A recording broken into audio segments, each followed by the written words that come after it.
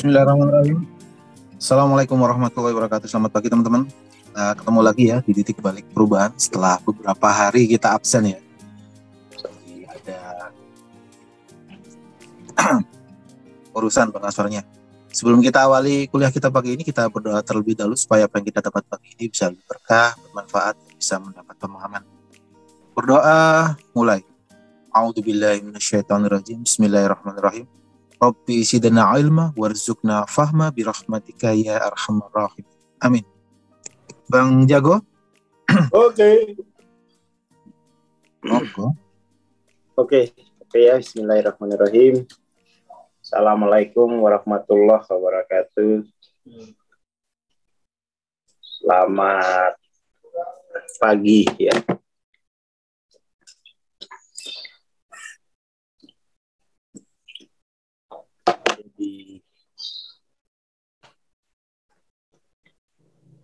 Ya, ini mulai hari inilah ya, Jumat, Sabtu, Minggu, Senin, Selasa, Rabu, seminggu lah ini Mas, ini bukan beberapa hari, tapi satu minggu kita ini.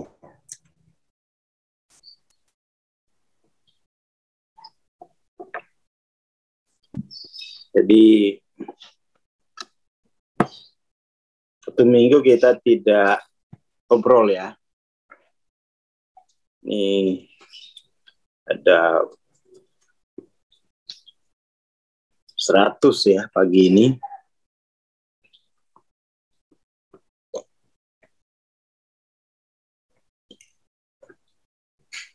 Oke. Pagi ini kita ngobrolin apa nih ya? Kita obrolin aja Biology of Belief ya. Itu buku yang sangat bagus ya, sangat bagus. Itu bisa memperluas ya, memperluas cara kita melihat kehidupan, dan yang paling penting itu memperluas cara kita melihat kemampuan diri sendiri. Kemampuan diri sendiri dalam hal penyembuhan ya. Jadi buku Biology of Belief ini menunjukkan bahwa dalam otak kita itu ada pabrik obat kimia terbesar di dunia tuh. Jadi pabrik yang di luar itu hanya tiruannya, KW-nya. Pabrik terbesarnya itu dalam otak kita, tapi nggak tahu cara memproduksinya. Nah, kenapa? Ya kurang membaca. Kurang membaca. Akhirnya dia harus terpaksa mengakses yang KW. Walaupun mahal. Walaupun mahal. Seperti itu. Jadi apa ya, memang masyarakat kita itu butuh dibangunkan ya, dibangunkan bahwa ya dirinya itu punya potensi tak terhingga, ya kan? Punya potensi tak terhingga.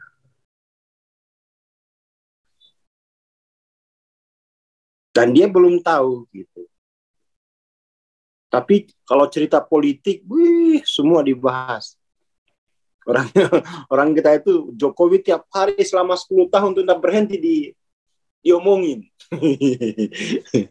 Nggak berhenti diomongin.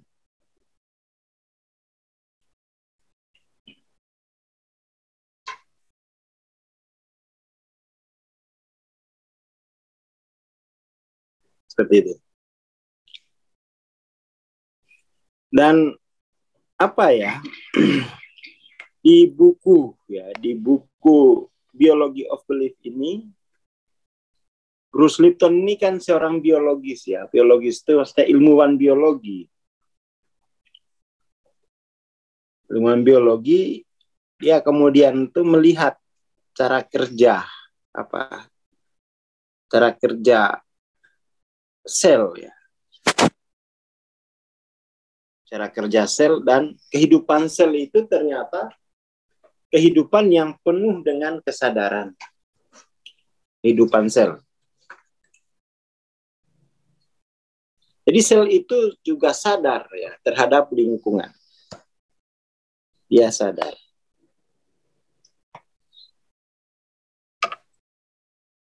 Jadi hanya saja memang evolusi kesadarannya itu dia tidak bisa tumbuh lagi.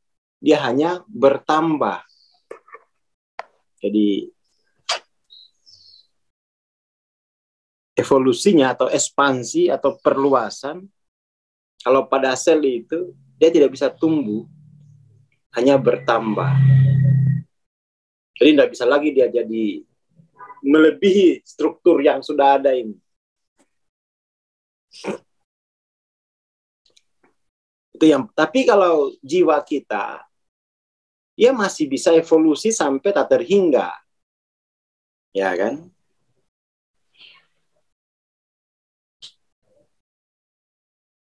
Masih tak terhingga.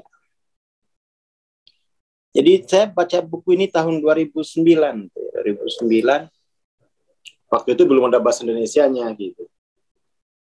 Dan berpikir, oh yang dibutuhkan itu adalah pertumbuhan evolusi kesadaran yang itu kemudian menambah kekayaan hidup kita kan gitu. Jadi pertumbuhan jiwa itu menambah kekayaan tuh, minimal kekayaan batin, kekayaan intelektual, sampai kekayaan dalam bentuk aset yang nyata, aset yang positif. Seperti itu. Jadi kita ini hanya nggak tahu kok, hanya nggak tahu.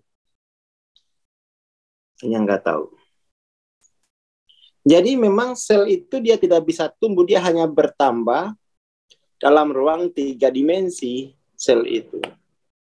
Di dalam. Jadi dia mendapatkan area permukaan paling luas di dalam ruang 3 dimensi. Nah bisa keluar dari itu. Coba kalau dia bisa, fiturnya bisa, dia akan terus.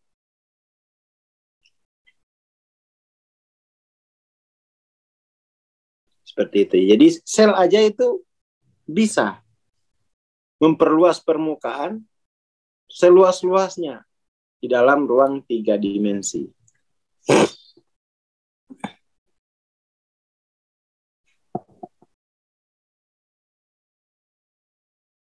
Seperti itu. Kemudian kalau dalam ruang 3 dimensi ini selalu ada pola repetitif. Ada pola pengulangan kesadaran.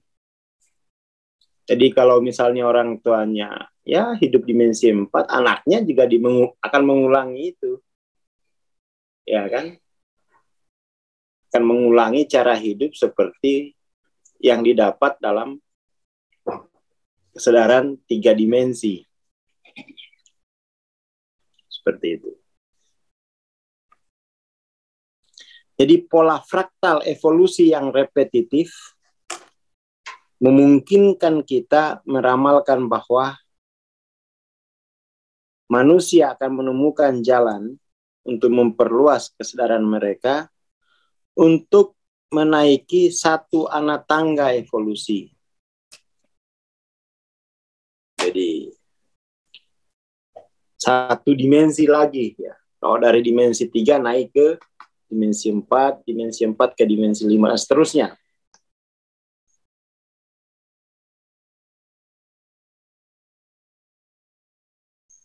Jadi, kalau dulu bahwa hidup ini adalah kebetulan, dalam fraktal itu hidup ini adalah pengulangan. Nggak ada kebetulan. Hanya pengulangan. Hanya pengulangan. Itu harus dicatat itu. Itu harus dicatat. Jangan-jangan tuh saya ketemu jodohnya untuk mengulangi kesadaran yang lama atau untuk memberi pola baru terhadap kesadaran lama. Kan begitu mestinya. Itu harus ada dua kemungkinan itu berarti. Ada dua kemungkinan. Jangan-jangan ini hanya untuk pasti mengulangi. Pasti untuk itu sudah itu sudah polanya ya mengulangi saja. Mengulangi atau kalau dia pintar dia akan membentuk ulang, membuat pola baru. Kenyataannya yang saya lihat dari teman-teman saya yang dulu kayaknya di sini sih enggak salah. Itu enggak ada bedanya gitu ya.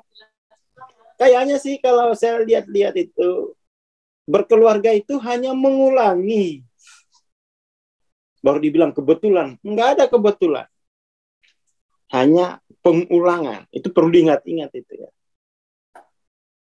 Makanya itu kalau bisa sebelum melangkah untuk ngapa-ngapain itu periksa dulu pola lamanya seperti apa. Periksa dulu pola kesadaran lama dalam ruang 3 dimensi seperti apa polanya. Lalu kemudian tuh lampaui. Kalau lalui sih dari kecil. Kalau dilalui dari kecil, bisa nggak lampaui? Melampauinya berapa tangga? Lampaui dulu, baru cari. Ini mah nanti sorry lampaui berdua. Nggak bisa itu dah. Sendiri aja berat, apalagi berdua. Itu kan. Itu kan naif. Naif sekali. Ya, kita lebih banyak. Saya lihat ya, teman-teman saya itu melihat kehidupan itu lebih pada kebetulan-kebetulan. Bukan ke fraktal, pengulangan. Kalau pengulangan pasti dia cemas. Ini jangan-jangan saya sudah mengulangi pola kesadaran orang tua saya ini. Ya kan?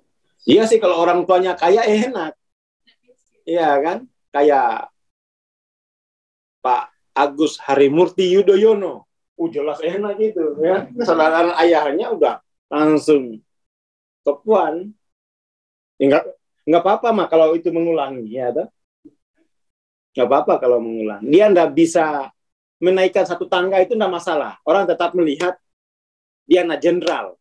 Dia ini kan anak presiden, enggak apa-apa. Tapi kalau yang orang tuanya katakan tuh garisnya menengah ke bawah, kalau sampai mengulangi kan soro, sengsara.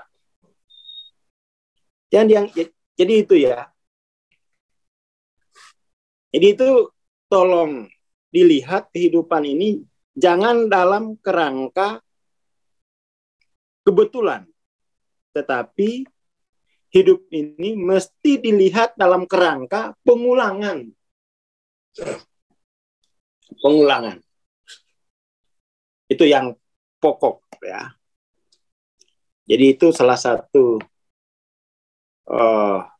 yang saya baca tahun 2009 seperti itu.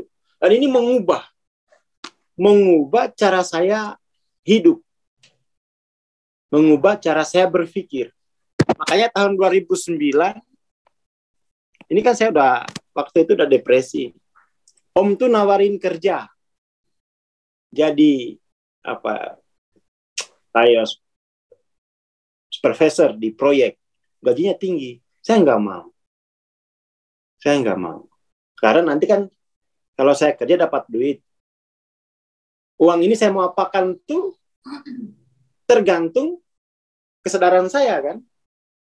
Uang ini kan pasti habis nih. Kenapa? Saya sudah pernah menghabiskan di usia 20 lebih itu, 20-an, saya menghabiskan uang itu biasa itu. Nggak tumbuh uang itu. Ya kalau uang-uang 400 habis, kalau cuma gaji segini saya habis lagi nih. Saya udah cemas lihat uang itu. Bukan karena tidak mampu menghasilkan, tapi tidak mampu menumbuhkannya gitu. Nggak mampu menumbuhkannya. Gagal saya konversi modal itu jadi aset. Tapi kalau suruh menghasilkan, suruh menabung, kuat saya. Tapi aku udah ini lagi. Jadi kalau suruh kerja, nabung, cepat itu. Umur 20 saya udah punya ratusan. Yes. Tapi harus naik satu tangga lagi kan. Jadiin modal. Ketika saya jadiin modal, nol. Kacaunya saya waktu itu. 2009 tuh saya baca ini, saya punya uang berapapun, kalau saya belum lampaui kesadaran saya, pasti kembali nol lagi. Karena pasti fraktal. Saya tidak mau berpikir kebetulan. Saya akan terus bermain judi dalam hidup itu. Saya mengharapkan keberuntungan berikutnya. Padahal itu hidup ini adalah polanya pengulangan. Pengulangan atau pertumbuhan kan gitu.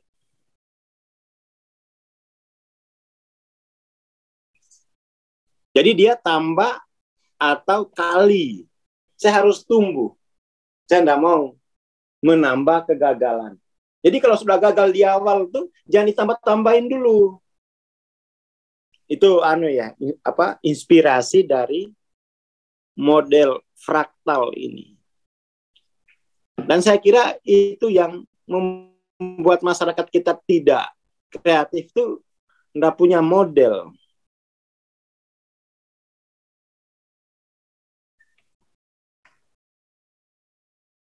Jadi kalau belum tumbuh itu jangan insya Allah, tapi insya Allahmu itu insya Allah kebetulan gitu. Kan mental insya Allahnya kita ini kan mental kebetulan. Ya kan? Mental insya Allah kebetulan. Ini yang perlu disadari sejak sekarang gitu ya. Pokoknya dibaca lagi nih buku biologi of belief ini. Saya dulu pernah beli buku ini dulu. Beli sekitar 16, saya bagi-bagiin ke teman saya dulu. Kamu beli, baca. Hidup itu tidak ada kebetulan loh. Yang ada itu pengulangan atau pertumbuhan gitu. Hanya satu orang yang paham. Saking kamu ngomong apa sih? Jadi kita itu ngomong insya Allahnya itu tidak jelas maknanya itu apa sebenarnya. Kalau Allah menghendaki, terus maksudnya apa? Jadi mistis pemikirannya gitu ya, mistis.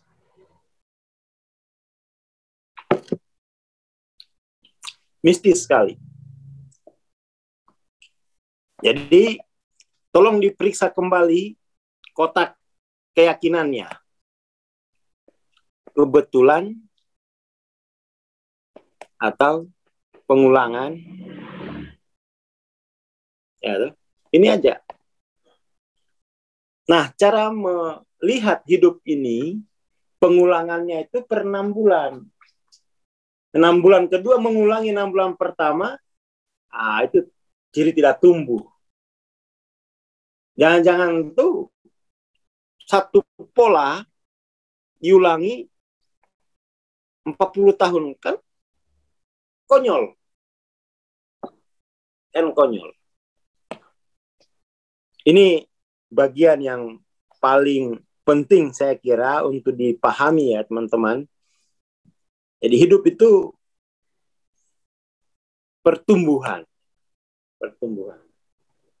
Pertumbuhan itu berangkat dari pola yang sudah ada. Masalahnya kadang-kadang itu menyadari pola kesadaran yang ada ini juga tidak tahu dia. Setelah diukur LOC-nya baru. Oh Allah, bawa 200, gimana nggak cerai? Gitu kan. Gimana nggak cerai? Bawa 200, isinya 150 terus. Nuntut. Ya udah, akhirnya KDRT itu kurang duit, ribut terus.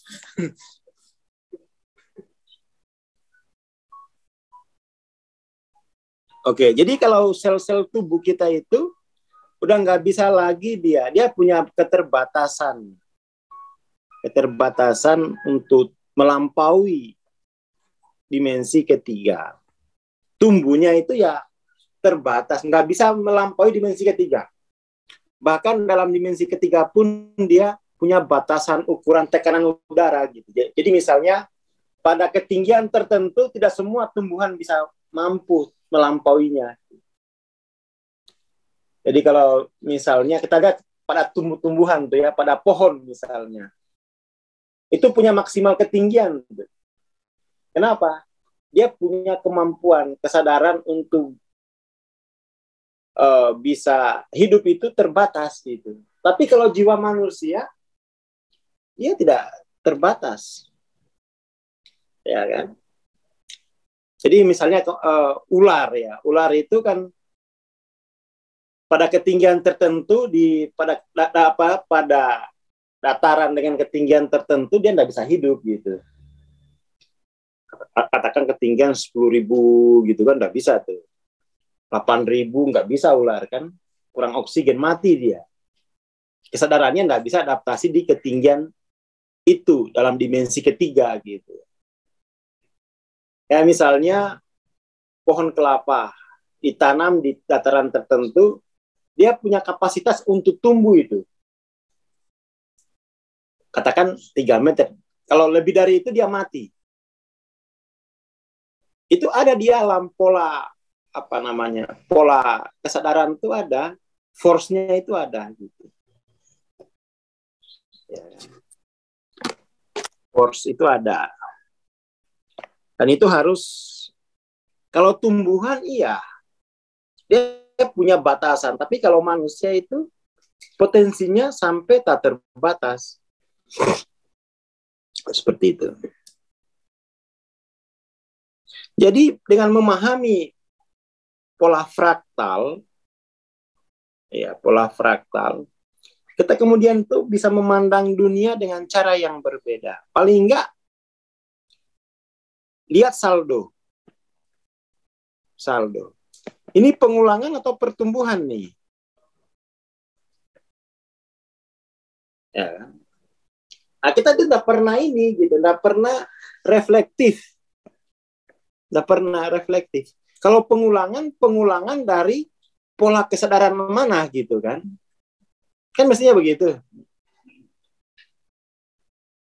Nah, yang terjadi pada teman-teman saya itu, kalau ada saldo yang dia pikirkan itu jenjang karir. Saya harus naik. Ya, tapi mestinya kan dimulai dari perubahan kesadaran, bukan perubahan jabatan. Itu kan? Perubahan jabatan. Jadi mulai perubahan pola kesadaran. Seperti itu. Terus kemudian ini ada bab.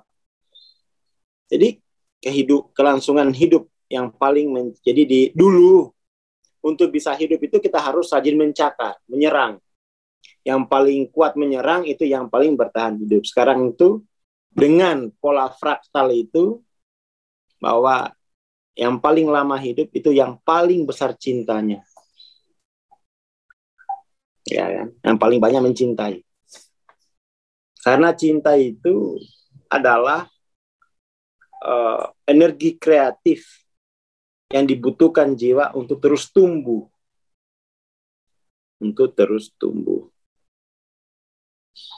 Dulu itu kompetitif ya. Sifatnya kompetitif. Bersaing hidup atau mati.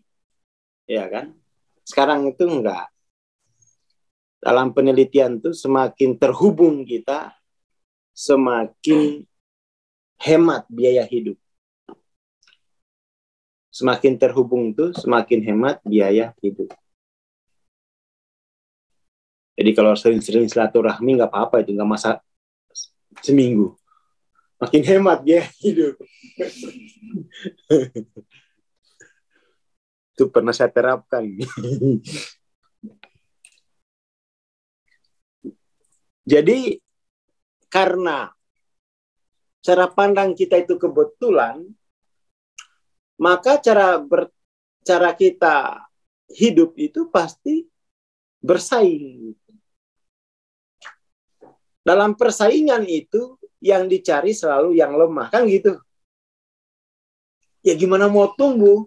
Yang kamu cari selalu orang lemah. Orang lemah itu ya ditindas. Ya kan? Ditindas. Tapi kalau mau tumbuh, yang dicari itu orang kuat. Jadi kalau baca buku itu cari yang mudah, itu lemah tuh dia. Lemah kapasitas konsentrasinya. Mau nyari buku yang mudah-mudah aja, yang sudah saya tahu ngapain.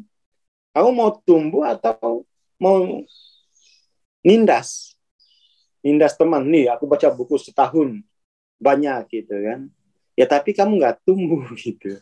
Karena nyari yang mudah terus gitu ya. Jadi kalau mau tumbuh itu cari yang lebih kuat. Biar tumbuh kesadaran kita. Coba baca buku Bruce Lipton tuh. Mampu nggak ngimbangin kesadarannya Bruce Lipton? Belum. Nah, terus baca lagi. Tapi udah rusak bukunya, beli lagi, nggak apa-apa. Saya beli buku itu bisa 3 itu. Kalau belum ini, kalau kesadaran saya masih belum kompatibel dengan penulisnya, saya cari terus. Saya cari sampai saya lampaui, oh gampang ini, sampai saya bilang begitu. Kalau saya bilang sulitnya, oh itu berarti kesadaran saya belum cukup. Belum cukup. Gitu ya. Jadi cari yang menantang, tantang diri. Jangan selalu cari yang mudah. Itu poin-poinnya ya. Cari yang mudah. Cari yang sulit. Kalau baca buku, cari buku yang sulit. Mana buku sulit? Tanya ke Gramedia. Mana buku yang sulit dibaca katanya? Sini. Terus habis bayar bukunya, mana apotik? Siap Panadol. Habis bayar buku langsung tanya, mana apotik sini ya? Kenapa bos? Siap-siap beli Panadol. Saya kira itu dulu pagi ini ya. Ini tentang bagaimana cara melihat kehidupan gitu ya. Yang benar itu bertambah atau bertumbuh ya, harus bertumbuh. Kalau yang bertambah itu hanya makhluk dimensi ketiga gitu. Dia akan memperluas permukaan. Jadi kemajuan namanya. Dia mengalami kemajuan. Jadi ada 2 istilah kan perubahan itu. Satu revolusi, satu kemajuan. Kemajuan itu yang horizontal, revolusi itu yang tumbuh. Yang kita butuhkan itu revolusi batin, revolusi kesadaran. Bukan sekedar memikirkan kemajuan. Tapi batin psikologis kita ingin memikirkan kemajuan tuh tanpa revolusi batin gitu. Itu melamun. Itu melamun. Ya, jadi teman-teman ini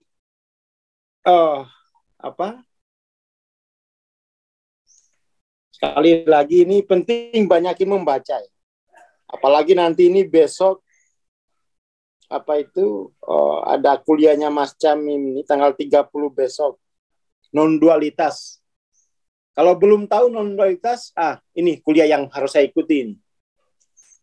Jangan kemudian non-dualitas, aku belum tahu, nggak usah Ya malah kamu nggak tumbuh kayak gitu. Jadi kalau ada tema kuliah non-dualitas, apa ini maksudnya ya? Nah, diikutin. Pokoknya istilah-istilah baru yang belum diketahui masuk. Oh ini, tahu aku sudah. Seperti itu.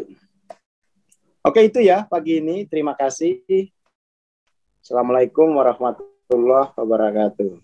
Waalaikumsalam warahmatullahi wabarakatuh. Terima kasih teman-teman, terima kasih Bang Aswar. Teman-teman alumni MTLOC jam 9 kita ada kamisan ya. Dan bagi teman-teman jangan lupa Sabtu kita ada kelas umum non-dualitas. Terima kasih, kita bertemu besok pagi insya Allah. Assalamualaikum warahmatullahi wabarakatuh. Selamat bertumbuh.